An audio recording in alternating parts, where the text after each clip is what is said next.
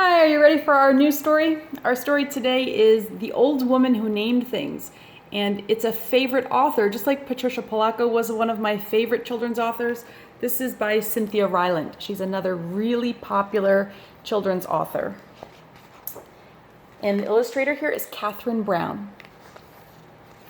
Once there was an old woman who loved to name things. She named the old car she drove Betsy. She named the old chair she sat in Fred.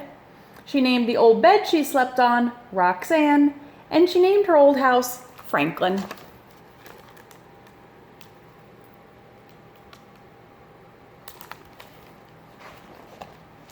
Every morning she would get out of Roxanne, have a cup of cocoa in Fred, lock up Franklin, and drive to the post office in Betsy.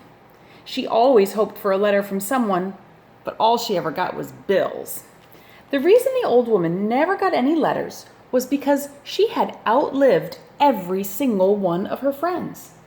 This worried her. She didn't like the idea of being a lonely old woman without any friends, without anyone whom she could call by name.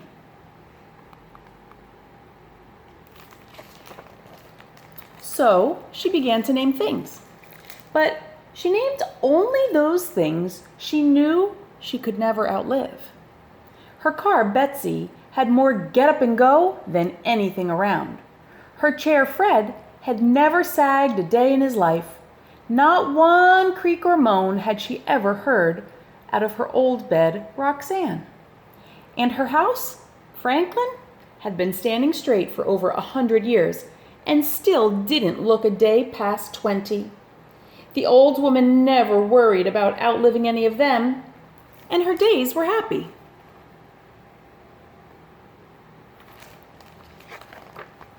One day, when the old woman was out soaping some mud off Betsy, telling her that Franklin wouldn't want to be seen with a car that didn't keep its bumpers a little cleaner, a shy brown puppy came to the old woman's gate. The old woman had not named the gate because two of its hinges had rusted off, and she could tell the gate wasn't long for this world. The shy brown puppy wagged its tail. It looked a little hungry. The old woman stood beside Betsy and watched the puppy for a while. She said.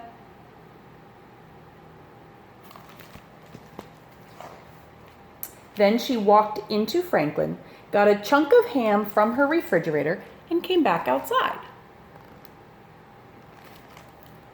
The old woman gave the ham to the hungry puppy and told it to go home. She told it that Betsy always made puppies sick, and Fred never allowed puppies to sit on him, and Roxanne wasn't wide enough for a puppy and an old woman to fit on. And besides all this, Franklin couldn't tolerate dog hair. So the puppy went away.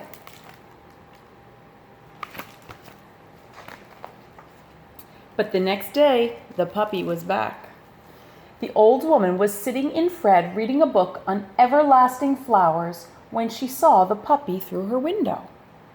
"Go home," she called to the puppy. The puppy wagged its tail when it saw her.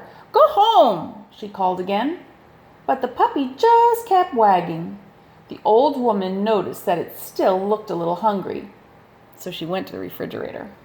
She gave the puppy a hunk of cheese and 2 biscuits. Then she told it to go home. The puppy went away.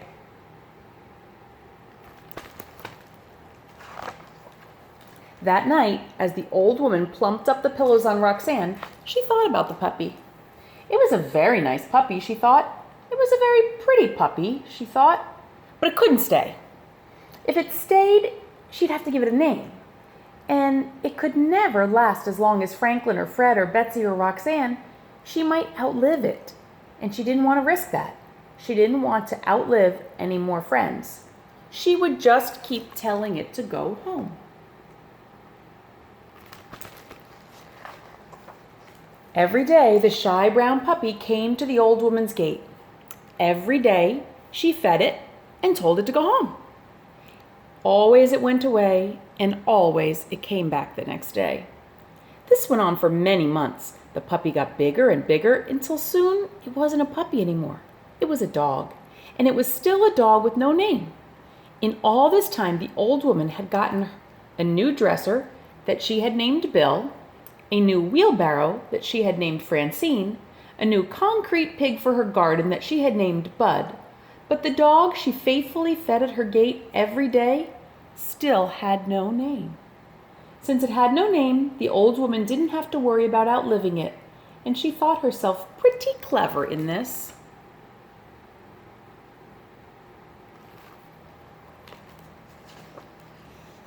Then one day the shy brown dog did not come to the old woman's house.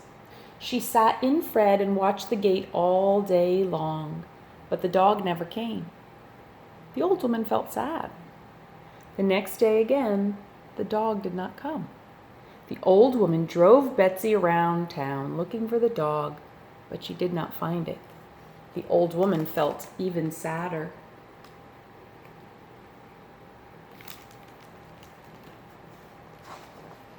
The following day, when still the dog did not come, the old woman knew she had to do something.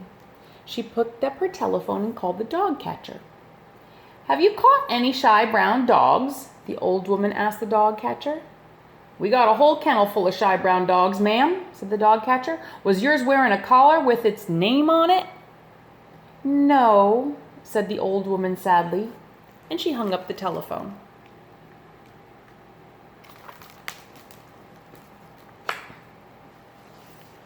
The old woman sat and thought about the shy brown dog who had no collar with a name. Wherever it was, no one would know that it was supposed to come to the old woman's gate every day. That she was supposed to feed it and tell it to go home every day. That things were always supposed to be this way. The shy brown dog had no collar and no name, and no one would ever be able to know these things about it. The old woman made a decision. She locked up Franklin and drove Betsy to the dog catcher's kennel. She said to the dog catcher,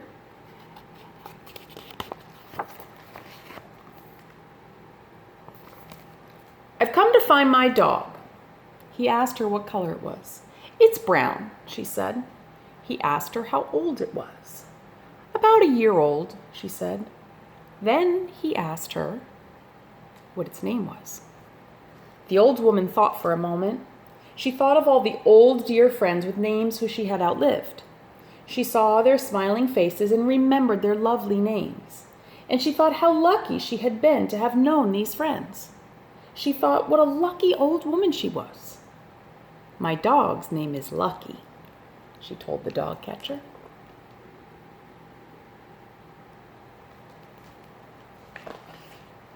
He led her to a big yard full of white dogs and black dogs and brown dogs. The old woman looked and looked and looked, and finally she saw her own shy brown dog sitting beside a gate. The dog was looking at Betsy parked in the driveway. The old woman called out, "Here, Lucky!" And at the sound of her voice, the shy brown dog came running.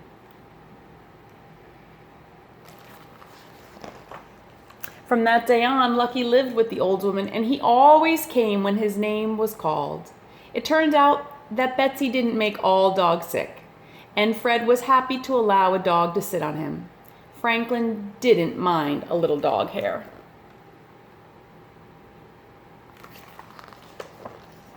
And every night, Roxanne was sure to make herself plenty wide enough for a shy, brown, lucky dog and the old woman who named him.